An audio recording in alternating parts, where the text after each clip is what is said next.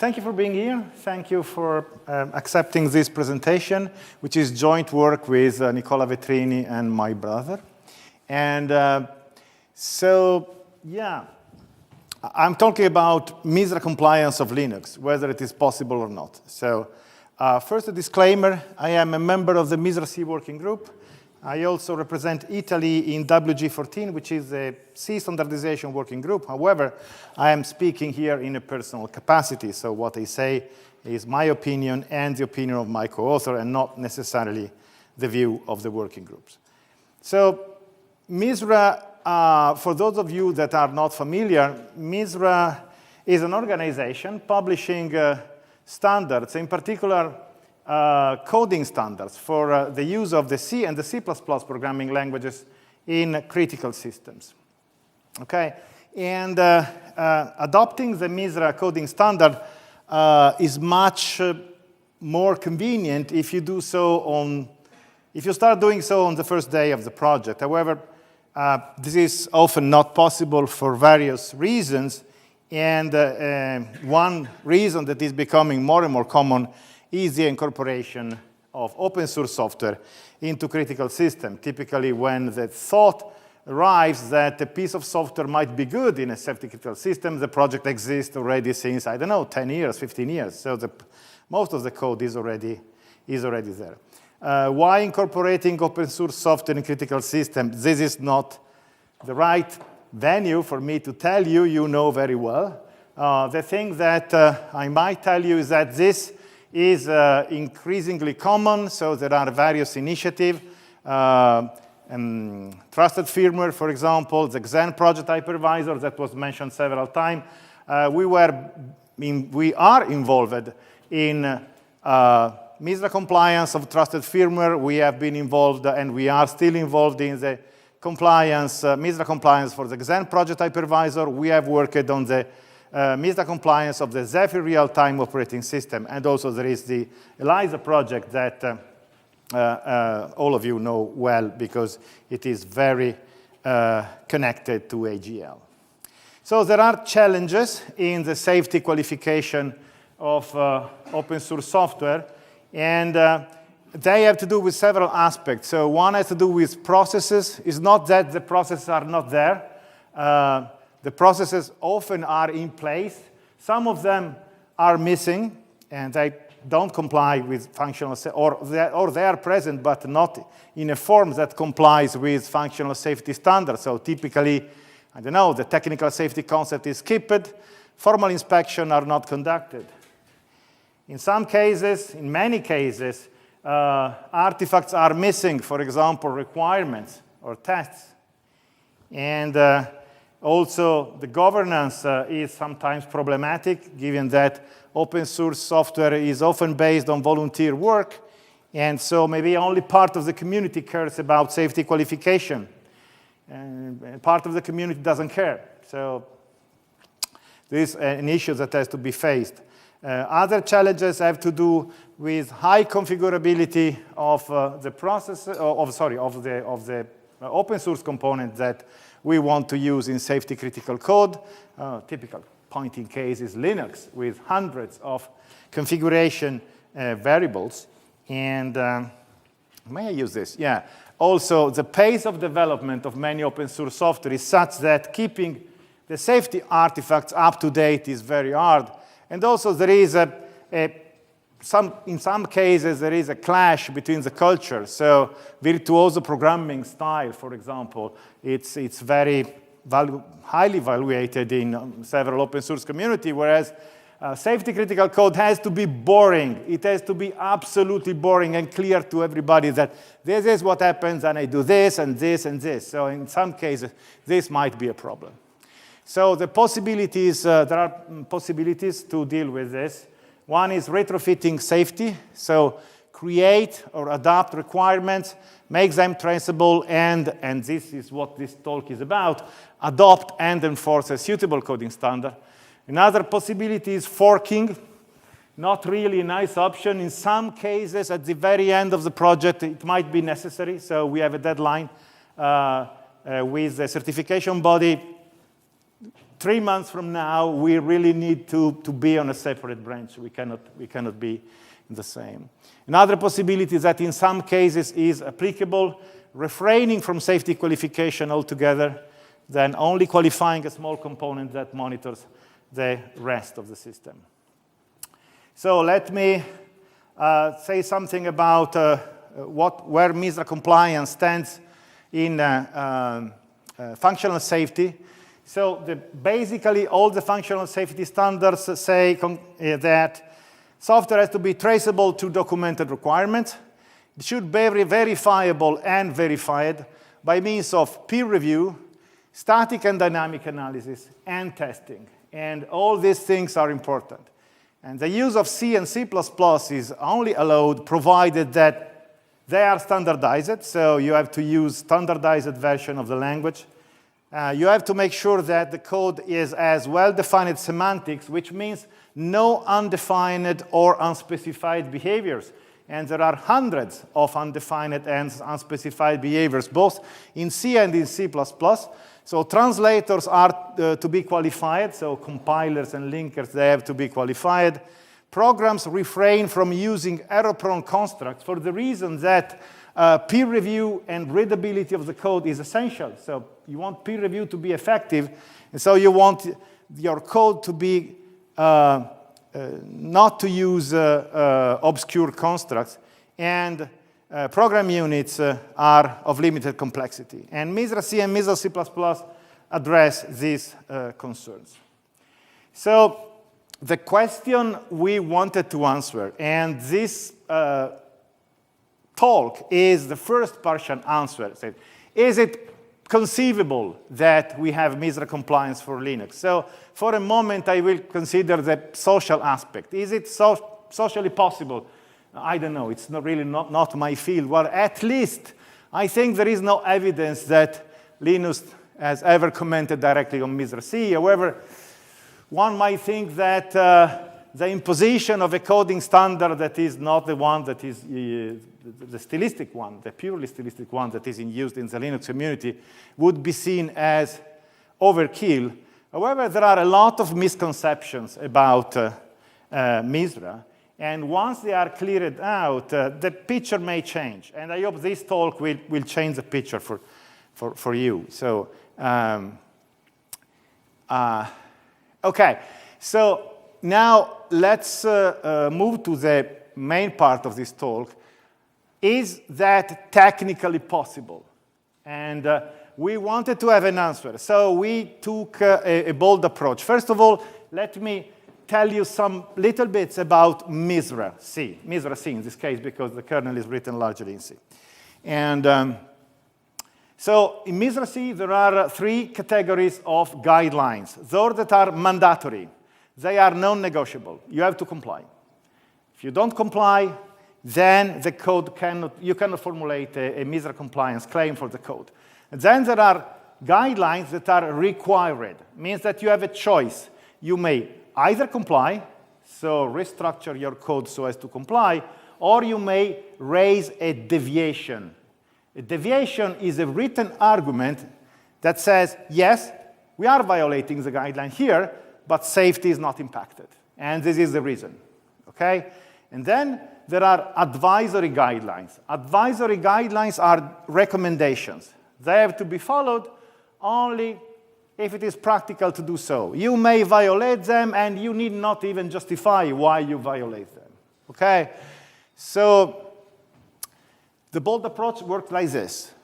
We analyzed, we do this since 10 years. So this work is one of our side projects for 10 years. It's 10 years that in the Eclair.com website, given that we produce a static analyzer, we use Linux as a demo for the capability of the static analysis system. So for this paper, we are analyzing Linux main, Kconfig, and x86-64. And which version? Linux main. Last week. I don't know. Linux main is a branch, it's a development branch, so the analysis was repeated 1 week ago. Yeah.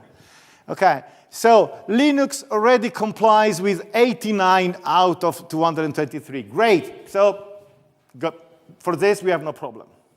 Then the bold approach is we have the possibility, according to the MISRA compliance document, which says when you can claim MISRA compliance, we can disapply all the advisory guidelines we violate, okay? It's not very nice. Some safety assessor might say, oh, okay, you are deviating all the advisory guidelines. It's a bit bold. Yes, it's bold, but we want an answer. We want to say, is it technically possible to achieve MISRA compliance? So we disapply them all without a single comment about why we disapply them. We don't like them, or we want to violate them as often as we can. Then, assume compliance can be achieved with 8 violated directives by providing the required documentation. So in MISRA, there are directives and rules. Rules you can decide if the code complies or not by looking at the code only, code and the implementation, defined aspect of your implementation. For directives, you have to supply some information, which may be very difficult to supply. So among the 8 violated directives is Directive 3.1 that says code has to be traceable to written requirements. Okay, so it's a big, okay, but I don't know an answer to this question. So there is people also in the audience that is working at building requirements for the kernel, okay? So it's not my business. So let's say that it's possible that we solve, that we provide the documentation, okay? Another directive is 4.12 that says don't use dynamic memory allocation because it is intrinsically difficult to get right. So what do you do when you end up with you run out of memory? What do you do so with memory leaks and so on? But let's assume that it is possible to supply the required documentation for this, okay? Then for 42 guidelines that are required, we assume we deviate them. And the reason is that they are not related to undefined or unspecified behavior. So they are related to what? They are related to what is called developer confusion. They concern the use of constructs that have confusing aspects, okay? So let's say that we are able to formulate an argument, for example, that the Linux developer community is made by exceptionally talented people and with maintainers that absolutely know what they are doing. So they are not confusing for the community, okay? So we remain with what? We have 6 violated guidelines that are related to portability. Let's say that we don't care about portability. We want the kernel to be compiled only with certain version of GCC and Clang. And that's it, okay? We don't want to port it to use other compilers, so we don't care about other compilers. Actually, my understanding is that, well, GCC is the compiler for the kernel, and that the use of Clang is a bit experimental. So we can say this, and we can tailor the guidelines in this way. What means tailoring the guidelines will be explained in the next slide. So tailoring means that the MISRA guidelines can be adapted, okay, to different situations. Then there are guidelines that have a mixed rationale. They have a part that has to do with developer confusion and a part that has to do with undefined behavior, unspecified behavior. Okay, we do a tailoring in order to separate the two concerns, and we say we have no developer confusion. Okay, so we remain with only the part of that has to do with undefined behavior. So the question is now, if we do all this, where do we end up? And before answering this question, I will make some example to explain what the tailoring is. Rule 10.1 says you shouldn't use operation with inappropriate operand types, okay? And this is a typical guideline that has two rationale. One is developer confusion, and the other is undefined behavior. So the ones that I'm listing here, okay, they have nothing to do with undefined behavior. For example, we can tailor the guideline saying that when we convert an integer constant from signed to unsigned or from one type to another, if the value converted is the same, it's okay. Okay? It is completely defined. We assume that the developer knows what is, okay? Then shifting non-negative integers to the right, if the shift count is non-negative and not too large, is fully defined. Okay? Shifting non-negative integer to the left, if the shift count is as above, so non-negative and not too large, and the result is still non-negative, is also safe. So there are a lot of cases that we can assume to be safe. So if we have a tool that is configurable enough, we can say to the tool, yes, check rule 10.1, but we deviate all the non-critical aspects, and we provide a list of those. Okay? And by the way, this is done in the Xen hypervisor. And the Xen hypervisor already passed the safety concept with the certification body. So this has worked already. Okay? And I just show you one example because it's interesting. So this is one of the cases that where the code is confusing. Okay? This is a bit trick.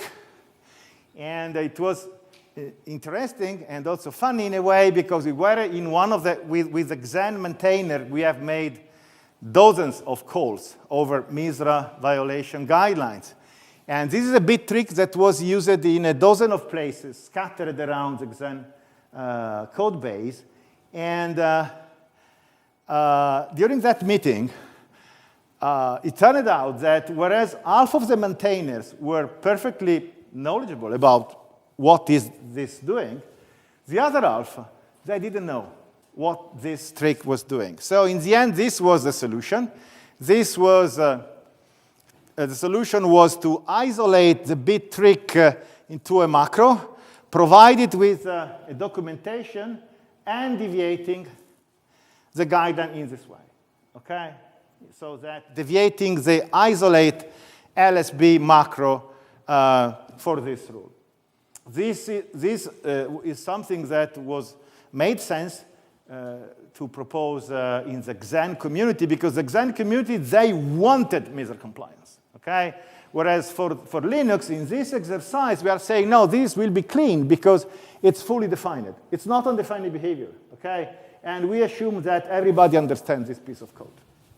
Just to explain to you the different attitude. Okay? Another thing that required tailoring is this. So in MISRA, as it is, the only way where you can exclude code is via the preprocessor. Okay? So, for example, you use the preprocessor to exclude a piece of code. You don't even want the first pass of the compiler to see it. There are good reasons for this. You don't want that code that is not used in this configuration is in the device. Okay? There are several reasons why you don't want code that you are not using the device. Some have to do with security. Okay? If you have code that is not used by your application but is in the device, then an attacker might find a way of exploiting that code. Might find a way of having the program counter changed so as to execute the code you don't want. However,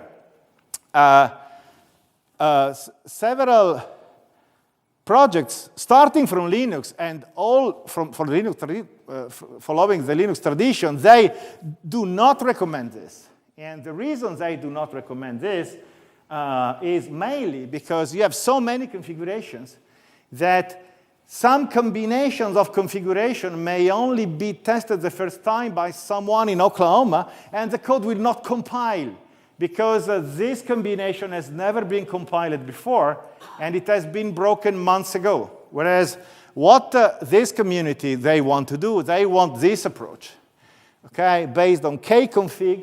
They don't want to use the preprocessor conditional compilation construct. They want to use an ordinary if. Okay, now it is possible to tailor the MISRA guidelines, all of them, so that they will recognize this. Of course, it's not so easy, but it can be done. We did it. And there is an extra obligation, okay, for this. If you do this, you need to qualify your compiler for another aspect. You need to make sure that the block that is guarded by the if zero is really removed by the compiler, okay? Which is generally true.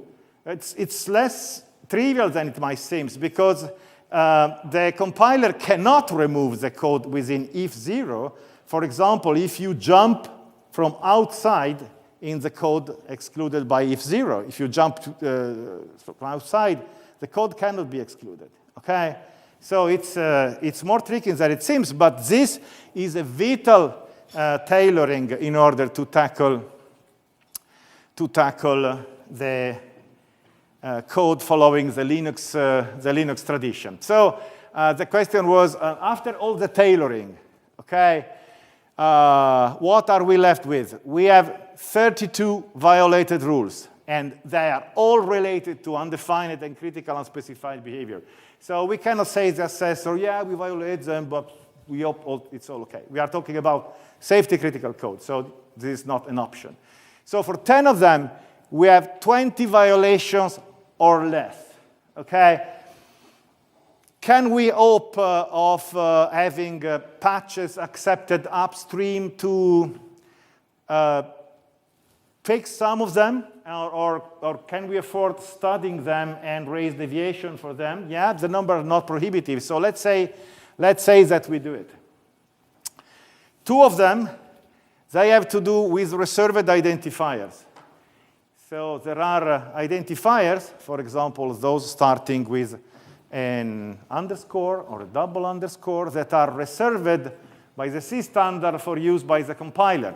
And if you use those identifiers, their behavior is undefined. However, we can deal with them. We can either obtain guarantees from the compiler people. After all, we decided that we use GCC.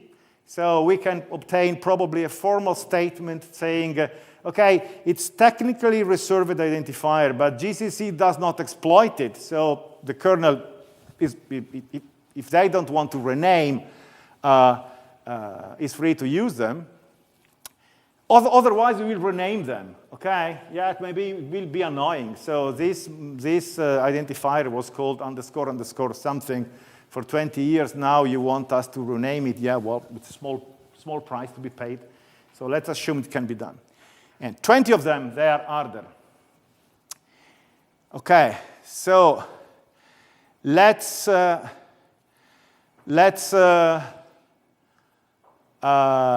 look at them. So in detail. So the 10 rules with 20 violation or less. Okay. For those we assume they can comply or provide defensible deviations. Okay. So this is in boldface because it's a mandatory. Okay. It's when you use a variable on the stack without having it initialized. I don't believe this is actually violated in reality in the kernel. So why is it so? Why is the tool reporting it? Maybe because certain objects are initialized in assembly code. Okay? So we need to tell the tool, hey, this is analyzed, this is initialized in assembly, so trust me, it is initialized, okay? This is trivial. This is about the right presence of braces in an aggregate initializer. So here it's easy, so we can easily patch them. So I don't think that anyone will be opposed to have the right brace parentheses in an aggregate initializer. Okay, these are the two rules I was mentioning about reserved identifiers.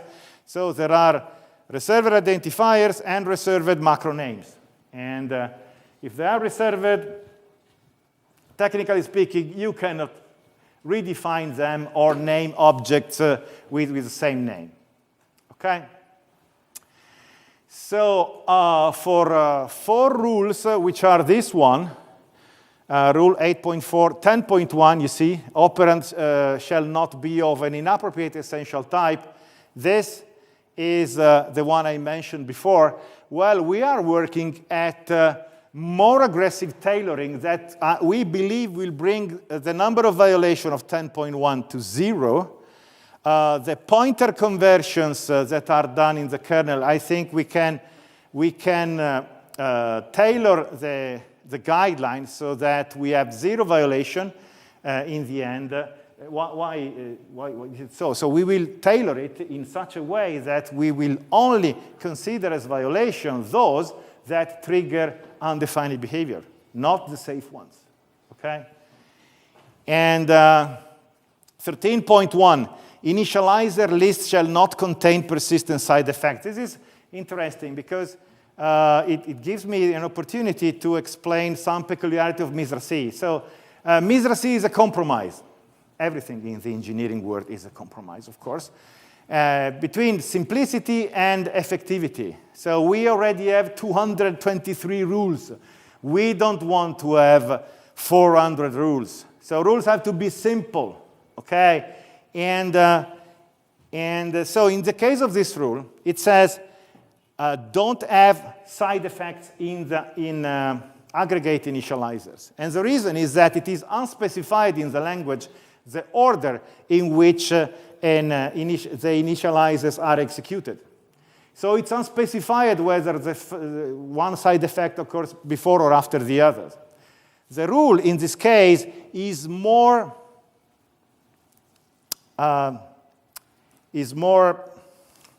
stronger than needed. It says you remove all side effects from initializer, whereas you only have unspecified behavior if you have 2 or more. Okay, 2 or more side effects, because those 2, you are not able to say which one happens first. Okay, so by tailoring the guideline, we believe that we will reach 0 violation. So yes, the kernel has persistent side effects in initializer, but never it has more than 1. Okay. Okay. Then here. For 2 rules, I think the right possibility is to propose compliance or deviation. So 1, there shall be no tentative definition in header file because it has undefined behaviors in the case that the tentative definition are completed in different translation units. So it will be trivial to fix them. It's sufficient to introduce a different header file and the problem is gone. And similarly, for the standard library terminate, we can handle them. So they are used in offline tools. Then we have this, which is connected to undefined behavior. And we can propose compliance or additional static analysis for this one. So the point is that if you try to modify a string literal, it's undefined behavior in C. And the reason is that the string literal may be in read-only memory. And so if you try to write to him, you end up with an hardware exception whose consequences are not visible at the source level code. But the other thing is that the compiler is free to collapse string literals, okay, to optimize the representation in memory of string literals. So you believe you are modifying one string literal, but you are modifying more than one, okay? So this is why the rule says you don't assign a string literal to a char pointer, or you don't return it from a function returning char pointer. You always use const char pointer to make sure that nobody tries to modify the string literal. And then for the remaining rule, there are so many violations. It is not practical to change the code. There are too many. I'm talking about thousands of violations. Luckily, for this, we can use sanitizers. Okay? Over the years, the kernel community has developed and it's actually using several sanitizers so that are able to detect undefined behaviors coming from different sources. So it's not my business, but I said, let's assume that we have the requirements. Good. Now, let's assume we have the tests. Well, if we have the tests, and we can argue that our test suite is large enough, then we can use dynamic analysis to say that some important rules that are violated, while the consequences are we believe that they are not actually violated. So rule 10.3, the value of an expression shall not be assigned to an object with a narrower essential type. It means to a type that has less bits.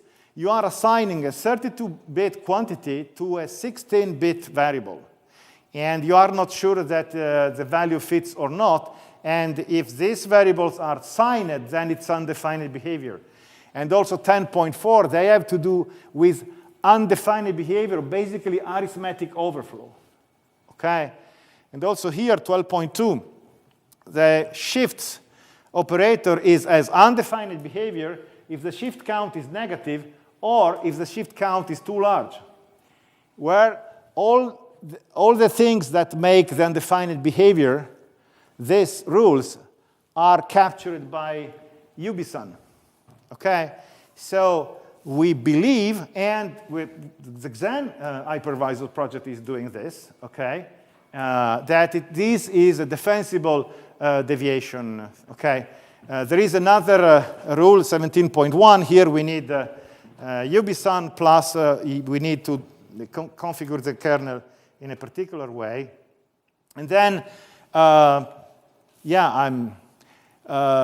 the address sanitizer and the memory sanitizer that are used in the kernel, they allow us to deviate all those, saying with the argument, we have a very large test suite, and we run the test suite with this sanitizer switched on. So there is only one rule that remains, is rule 13.2. We are still trying to identify what is the best course of action for this one. It is a rule that has to do with unspecified behaviors. So things that the language doesn't tell you what happens first. For example, when you do A plus B, you don't know if A is evaluated before B or the other way around, and the compiler can do a different thing at every instance. Okay? So we have in mind several possibilities for dealing with this, but this is work in progress, so I'm not able to say. Okay. So the question, is it conceivable to achieve MISRA compliance for the kernel? And for selected version of the kernel, we believe it is absolutely possible. It will not be easy, it will not be cheap, it will require work, but we think it can be done. And I don't know if maybe some of you were, at the beginning of the talk, they were under the misconception, oh, MISRA is just a set of very rigid rules that you cannot possibly, you have to comply, and there is the only possibility. No, MISRA has been designed to be, the deviation process is a very important part of MISRA. And for this, one thing that is essential is tool configurability. The reason we have started in BUGSENG this exercise 10 years ago was we wanted to make sure, with Linux, we are analyzing the kernel since more than 10 years. We wanted to make sure that we had all the deviation mechanisms implemented that would allow us to do such an exercise. Of course, it's It's a side project, so it's not progressing very fast, but it's progressing anyway.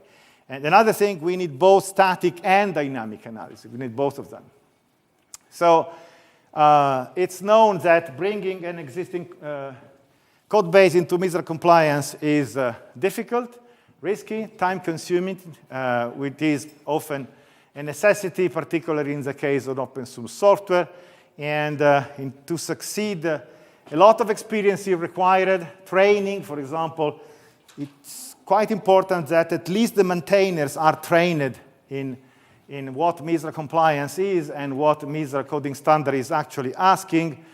You need extensive tailoring for the guideline, and you need the tools that support the tailoring, because if you have to make sure that the tailoring is implemented by the tool. You don't want to see, so without tailoring, you analyze the kernel and you will see 500,000 of violations. What do you do with them? Nothing, of course. Okay? And so this work leverage our work that we have done first on Zephyr and then the Xen hypervisor project and others.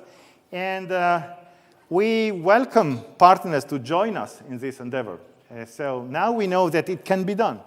And so if there is an interest in doing it, I think that joining forces is a right way forward. Thank you.